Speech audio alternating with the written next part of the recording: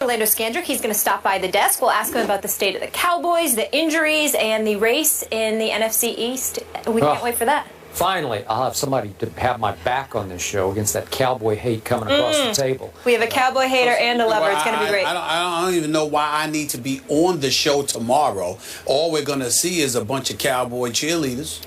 You know, really? We are? Orlando, our Cowboys, our Cowboys, our Cowboys. And you know, far be it from me, I don't want to look like the bad guy for reminding the world y'all haven't won a Super Bowl in 20 years. What makes y'all relevant? I thought America was a great country. I thought America was #1. I thought America was superior to most, if not all. Yet we have the Dallas Cowboys as the representation of America. I mean, I think it's disgraceful. We don't have enough pom-poms for you, though. All those colors. That would be Say tough. whatever you want, you know. I think That's tomorrow right here I don't look on as good as First you don't Take. mean I don't look Orlando good. Scandrick. All right. You look fantastic. Thank you. Heading into the NFL season, there were concerns surrounding the Panthers' offense, some due to injury. And yet, as we approach Week 4, Newton and the Panthers are 3-0 and tied for first in the NFC South with the Atlanta Falcons. Now, of course, the defense, which ranks 7th overall, has played a large role in the team's success. But still, Cam has basically been responsible for all of the Panthers' offense, generating 76% of their offensive yards and 7 of their 8 total touchdowns, 5 passing, 2 rushing. Some are arguing that he's proven to be the most valuable player in the NFL, at least from the perspective of value to his team through Week 3. Cam for MVP. Stephen A. Smith, are you cheering for that one? Well, I don't root against him because I got a lot of love for the kid. I think that he's going through a lot. I think the one blemish on his career obviously had things to do with family as opposed to himself from his college days or whatever. And I applaud him for defending his loved one the way that he did, because most of us would. Since he's been a pro, the only issue we've ever had with him is that he seemed to get down on himself or down on others by putting a towel over his head, and his body language wasn't that great. When you shred everything or shove everything aside, that is the only thing that we've been able to say negatively about Cam Newton. The development has been there. Now you sit there and look at him and say he's got to get over the hump. He's got to take that to the next level. I remember Skip getting on him because of that pick 60 through to Cam Chancellor last year in the postseason. But that was against the Legion of Boom. That was against the #1 defense in the NFL. And he was devoid of a lot of offensive weapons. And that was before. And you have to remember that was because his GM decided to just clean house. Steve Smith was gone, along with a plethora of other individuals that ended up being gone as well. Now you got Jonathan Stewart, who's still there. He can't give you 4 yards a carry. He's only giving you 3.5 a game. D'Angelo Williams is gone. Steve Smith Sr. is gone. Kelvin Benjamin obviously went down, got injured. So what do we have? We have Cam Newton, and the only thing he has available to him is a suspect offensive line with guys I barely even know. You know, Michael O'Hare, I know him, but Norwell, Callie, Turner, Remmers. I mean, when you look at this offensive line, to say it's suspect, I'm not going to say they're awful, but they've never been associated with greatness. So you got that offensive line, and it's proven because their running game is somewhat suspect. You know, he's been sacked already 5 times. Then you take that into account and you look at the weapons that he has available to him. We like Greg Olsen. He's been on this show.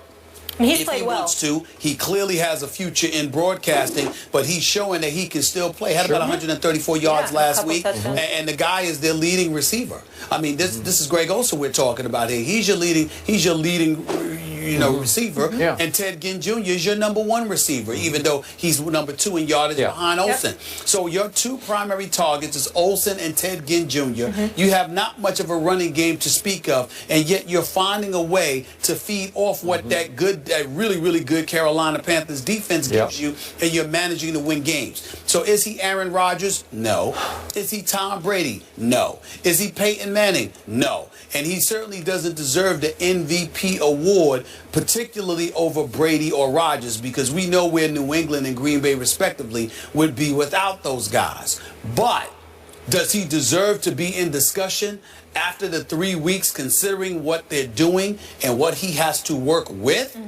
I definitely think that Cam should be in the conversation. He deserves our respect, and we have to acknowledge the job that he's doing under the circumstances that he's being forced to do it.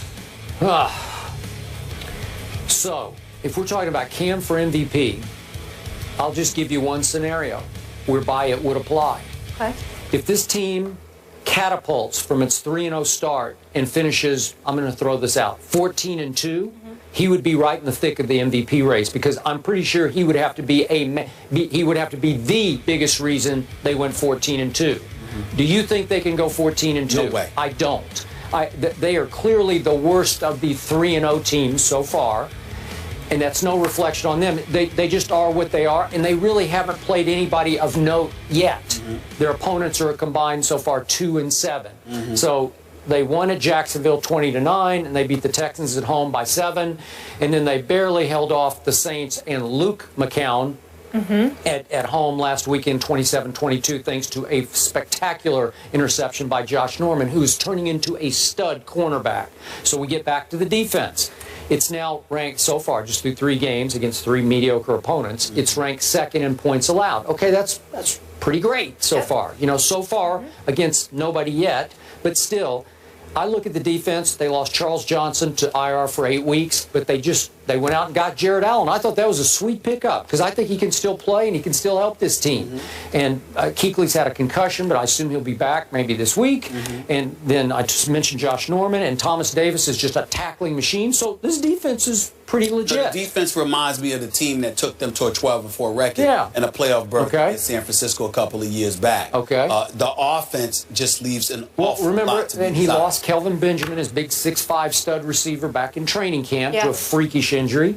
And I thought that Devin Funchess would come out of Michigan as a pretty high draft pick. But I think he's going to be fine. He just hadn't done much yet. Yeah, I just think it's too early. He hasn't figured it out yet. I just think it's too early. But remember how we sat here last year and we were like, how could they do this to Cam? They took away like his top 4 receiving weapons. I'm like, how do you put this guy in that position? You know, and they're like, well, we got to pay him. And I'm like, yeah, you got to pay him, but you got to figure out a way to make sure that you got weapons around him. They literally put Cam out there offensively, that is. They put him out there on an island all by himself, and they still managed to win the South with a 7-8-1 record. Okay? And I think they'd be commended for that, but it was a travesty that they put him through that. So you asked me these kind of questions. I'm going to ask it back to you. Sure. Cam Newton already leads all quarterbacks in rushing with 144 rush yards. He is the second leading rusher on their football team to Jonathan Stewart, obviously. And in some games, I think he's going to be the first leading rusher on their team, because that's who they are. Can he stay upright through all those games? Let me tell you why he can. Some people use his athletic ability. He's big. He's strong. If I'm wrong, it's because I only see what the camera shows me, because I haven't been to any Carolina Panthers game, even though I would love to be, because I love me some Charlotte, North Carolina. But I will tell you this. Cam seems to me to be a smart runner. He's not exactly Russell Wilson, but he's pretty close. As far as sliding goes. Well, he doesn't have to, because Cam usually running to the side, and he's usually getting out of bounds. He's not usually running to the middle of the field, as far as I can tell. Again, I'm not at the game, so I don't see every play. But from the camera angles, when I see Cam Newton running the football, he's usually not running where he's required to slide. He's usually running out of bounds. He doesn't get hit too much running outside the pocket. That doesn't happen to him all the time, and I attribute that to his intellect, because he's not trying to do it. Think about how embarrassing it was when we were talking about RG3, and we were like literally suggesting that he go over to the Nationals to let them teach him how to slide. All right, because he wasn't getting out of bounds. I agree. And when he was in bounds, he was diving head first, which gives them the license to hit him. Because we didn't want him to get injured. Or he didn't slide properly. Cam doesn't have that problem. Cam knows how to get out of bounds, and I give him credit for that. Plus, he's bigger and he can take more hits, but he knows how to get out of bounds. And we're going to talk about the Hockey League controversy a little later in the show, but this is why Cam is hanging in there on what he says Hockey League said to him, because he wants protection when he runs with the football. He wants, within the rules, to be protected like everybody else gets protected. And we are going to talk about that. I thought about some good points. Oh, good. All right. Yeah. One quick question before I get in trouble by our producers. Are they the best team in the NFC South right now? Yeah, you'd have to say that. By the way, no. Oh, I forgot about Atlanta. I say the Falcons are, but by the way, you don't worry about getting in trouble with the producers. Skip's got you. I don't know about me, because you're from Connecticut. But you're the one who runs this show. He got your police. Oh, please! You know you lying. That's lying. That's laughable. This man is connected. He is connected at the highest level. Am I not right? Please. Connected. You both are. Well, trust me, I'm the rookie. Cam Newton is getting a lot of love right now with the 3-0 start, but is he MVP worthy? Skip and Stephen A have given their takes. We want yours. Go to Twitter and vote yes or no using the hashtag MVP for Cam, and let us know if you think he is worthy of the MVP. LeBron is feeling the love in Cleveland this season, but will there be too much love on the Cavs in 2015? You'll see what I was trying to do there in just a minute. We'll be right back.